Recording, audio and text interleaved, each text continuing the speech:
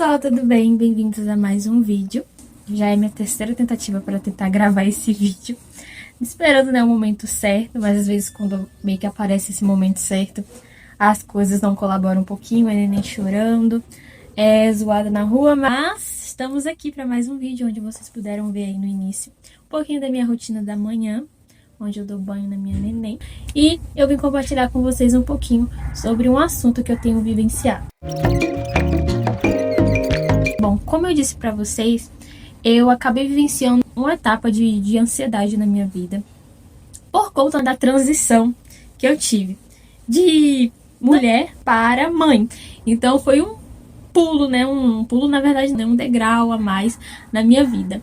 E pra quem já viveu, sabe que é uma transição muito diferente. É uma responsabilidade de fato muito grande. E a rotina muda totalmente. A vida da mulher muda totalmente, né? Junto com essa transição, vem alguns questionamentos, vem também algumas inseguranças, medo, como por exemplo, como é que eu vou conseguir voltar a trabalhar?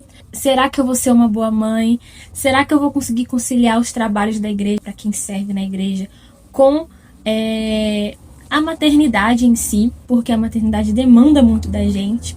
Também sobre a questão do relacionamento com seu esposo. Será que vai mudar alguma coisa? Será que vai esfriar?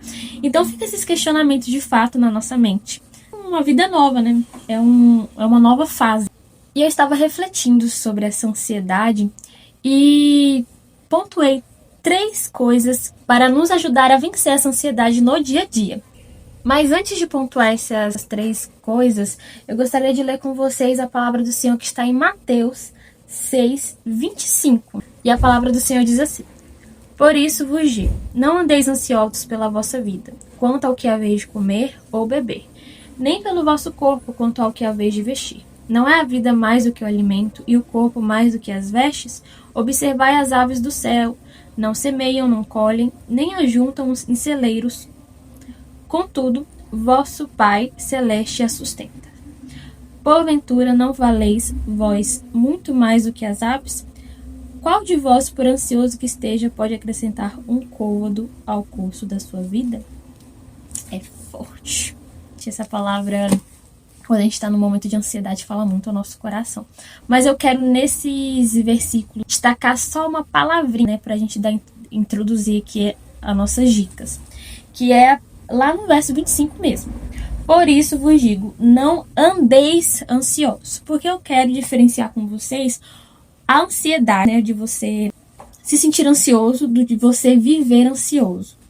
A ansiedade é um sentimento natural do ser humano.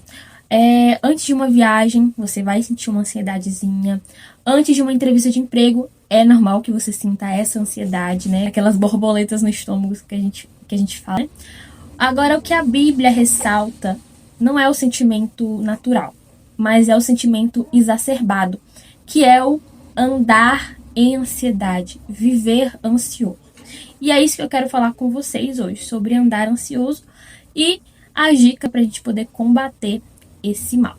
E bora lá para a primeira dica. Entregue suas preocupações a Deus em oração.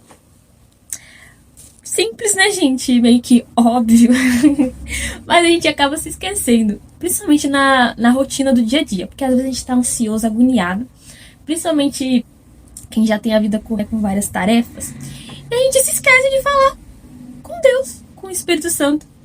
E isso acaba nos prejudicando muito. Porque o ser humano tem isso de querer botar pra fora.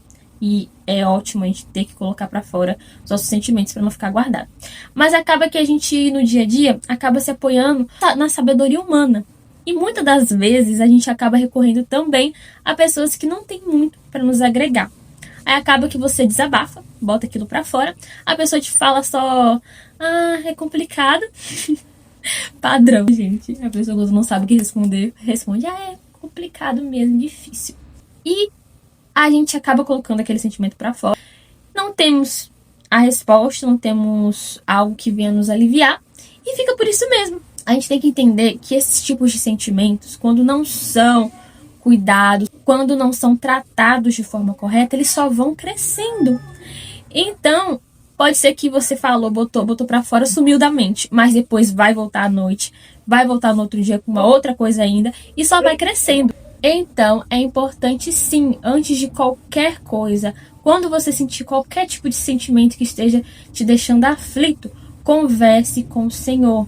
Jesus, ele foi para o Pai, ele teve que morrer, ir para o Pai, para deixar conosco o Espírito Santo de Deus, que é o Consolador, aquele que escuta você, te entende e ainda leva ao Pai de forma bem elaborada, que a gente é tipo aquele pessoal que não sabe falar muito bem. É tipo Moisés e Arão. Moisés não sabia falar muito bem. Aí o que aconteceu? Deus mandou Arão ir junto com ele ao faraó para que ele pudesse ser o intermediador. O Espírito Santo é tipo isso na nossa vida. Tem até uma passagem que diz assim, lá em Filipenses 4:6. Não andem ansiosos por coisa alguma, mas em tudo, pela oração e súplicas e com ação de graça, apresentem seus pedidos a Deus. Então, quando a ansiedade vier, fale com Deus. Ore, desabafe, confie nele, porque ele cuida dos detalhes que você não consegue controlar. E só uma coisinha pra gente finalizar esse ponto, é sobre a oração. Porque não adianta você orar e orar errado. A própria palavra do Senhor diz que vocês oram, mas oram de forma errada, né? E quando você for orar ao Senhor, você não ore pedindo para que Ele tire essa ansiedade. Não ore para que Ele tire esse pecado, tire esse obstáculo, esse problema da sua vida. Sempre ore pedindo que o Senhor te dê sabedoria, te dê domínio próprio para vencer aquilo. Porque o nosso Deus, ele não é um Deus no material. O nosso Deus é um Deus do impossível. O possível a gente pode fazer, mas o impossível que a gente não consegue fazer, aí sim é que Deus vai estar trabalhando nas nossas vidas. Dica número 2. Lembre-se que Deus está no controle.